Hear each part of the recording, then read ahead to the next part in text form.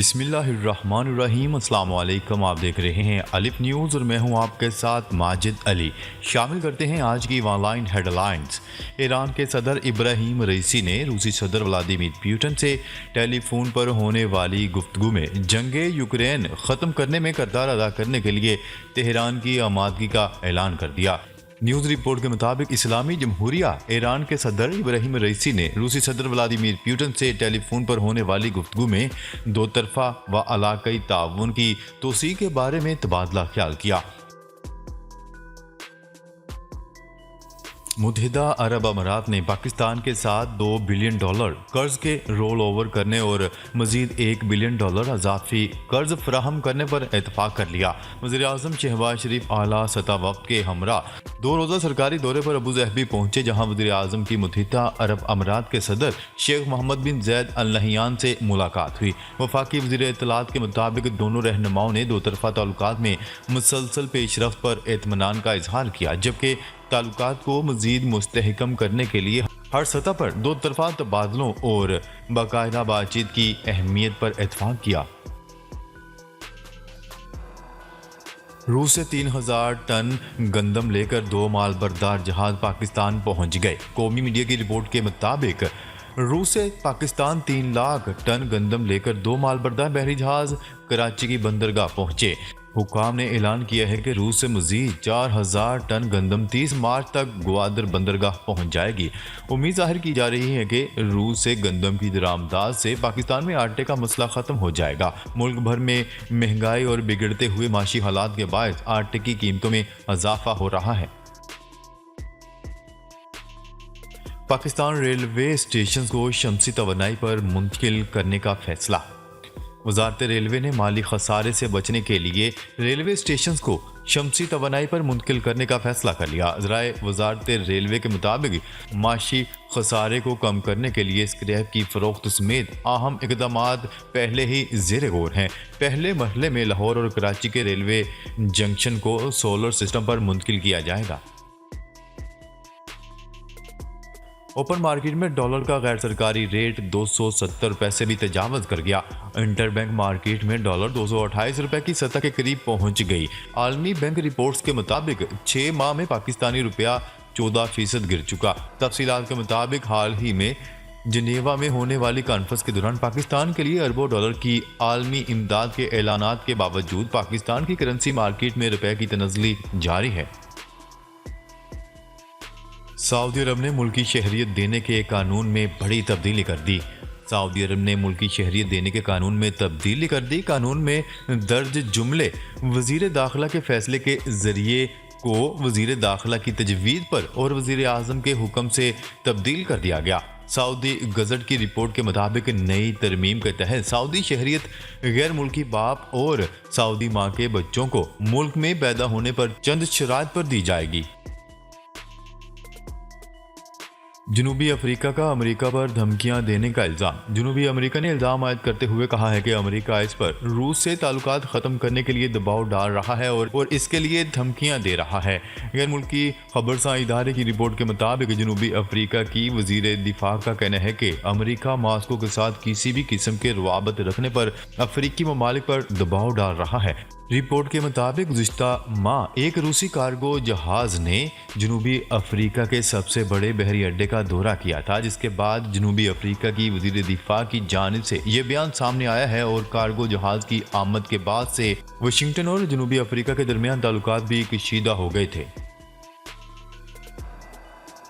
امریکی صدر Joe Biden انتظامیہ کی مزید خفیہ دستاویزات ملی ہیں جو وائٹ ہاؤس کی شرمندگی کا باعث بن رہی ہے۔ غیر ملکی میڈیا کی رپورٹس کے مطابق جو بائیڈن انتظامیہ کی خفیہ دستاویزات کا پہلا واشنگٹن ڈی سی میں ایک نجی دفتر سے برآمد ہوا تھا، جسے بطور نائب امریکی صدر امریکہ جو بائیڈن کے زیر استعمال تھا۔ میڈیا رپورٹس کے مطابق تاحال یہ معلوم نہیں ہو سکا کہ خفیہ دستاویزات کا دوسرا حصہ کب اور کہاں سے ملا ہے، تاہم امریکی محکمہ انصاف کا کہنا ہے کہ معاملے کی ہر پہلو سے تحقیقات کی جا رہی ہیں۔ وائٹ ہاؤس کی جانب سے خفیہ دستاویزات کے دوسرے بیچ کی تصدیق نہیں کی گئی، تاہم برطانوی نشریاتی ادارے کی رپورٹ کے مطابق امریکی شراکت دار میڈیا ہاؤس CBS نے دستاویزات ملنے کی تصدیق کی ہے۔ کراچی میں سردی کی لہر 17 جنوری تک برقرار رہنے کا امکان۔ شہر میں یخ بستہ شمال مشرقی بلوچستان کی ہوائیں چل پڑی ہیں، جس کے باعث سردی کی لہر 17 جنوری تک برقرار رہ سکتی ہے۔ محکمہ موسمیات کے مطابق ہواؤں کی زیادہ سے زیادہ رفتار 22 کلومیٹر فی گھنٹہ ریکارڈ ہو رہی ہیں، جبکہ آج ہوا کی رفتار 50 کلومیٹر فی گھنٹہ تک تجاوز کر سکتی ہے۔ شہر میں سمندر کی جنوب مغربی سمت کی ہوائیں مکمل طور پر غیر فعال ہیں۔ موجودہ سردی کی لہر کے دوران کراچی میں پارہ 5 ڈگری جبکہ دیہی سندھ میں کم سے کم 3 ڈگری تک ریکارڈ ہو سکتا ہے۔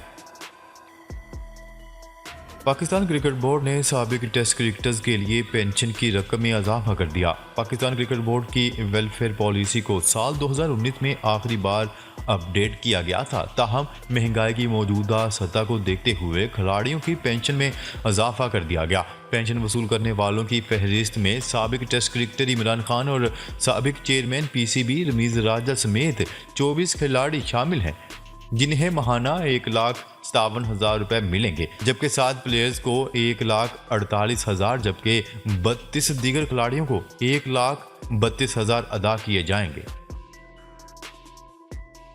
امن کے لیے مسئلہ کشمیر کا حل ضروری ہے، برطانوی ارکان پارلیمنٹ۔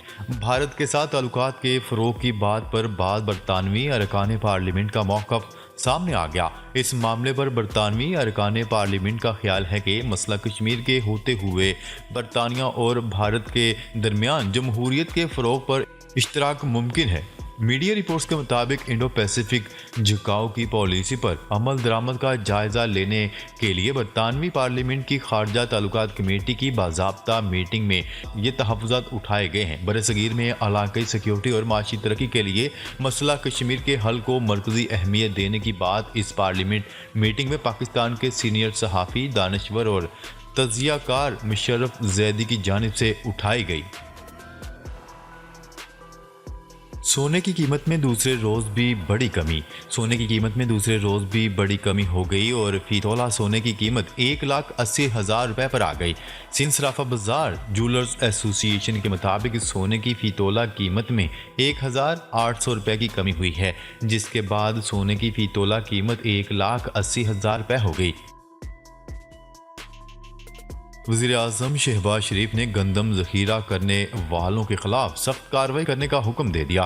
وزیر اعظم شہباز شریف کی زیر صدارت آٹے کی قلت اور ذخیرہ اندوزوں کے حوالے سے اجلاس ہوا، جس میں وزیر اعظم نے گندم کی موجودہ ذخائر پر اطمینان کا اظہار کرتے ہوئے کہا کہ ملک میں گندم کے وافر ذخائر موجود ہیں۔ انہوں نے کہا کہ کسی کو گندم کی مصنوعی قلت پیدا کر کے ناجائز منافع خوری کرنے کی اجازت نہیں دیں گے، جبکہ صوبے اپنے اور پاسکو کے ذخائر سے گندم کی فلور ملز تک بروقت رسد یقینی بنائیں۔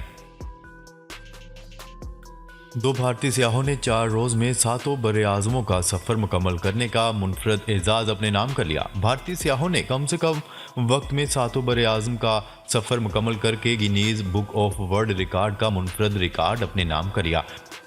علی ایرانی اور سجوے کمار مترا نے کل 3 روز 1 گھنٹے 5 منٹ اور 4 سیکنڈ میں 7 براعظم کا سفر طے کر کے منفرد ریکارڈ اپنے نام کیا۔ خواتین پر طالبان کی پابندیاں، آسٹریلیا کا کرکٹ کھیلنے سے انکار۔ افغانستان میں خواتین کے کام کرنے میں سختیاں دیکھتے ہوئے آسٹریلیا نے افغانستان کے ساتھ ون ڈے سیریز سے دستبرداری کا اعلان کر دیا۔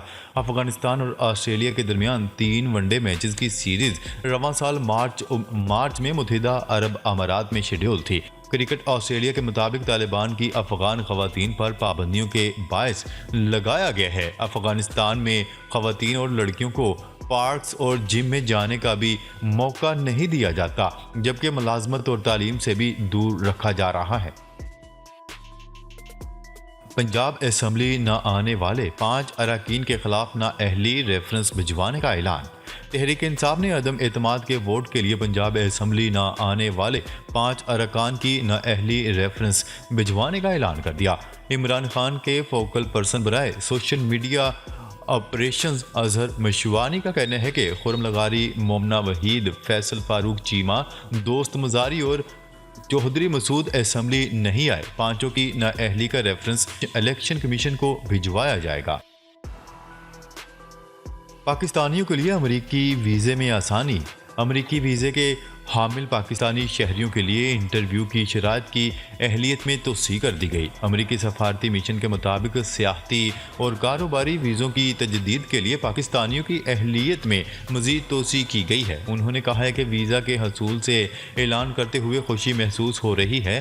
درست ویزے کی مدت 48 ماہ کے درمیان ختم ہونے والے شہری اہل ہیں۔ ماضی میں 45 برس یا اس سے زیادہ عمر کے پاکستانی شہری اہل تھے۔ اسٹوڈنٹ اور پٹیشن کی بنیاد پر کام کا ویزا رکھنے والے بھی انٹرویو سے استثنا ہوں گے، جبکہ ویزے میں توسیع کی سہولت رواں سال میں بھی جاری رہے گی۔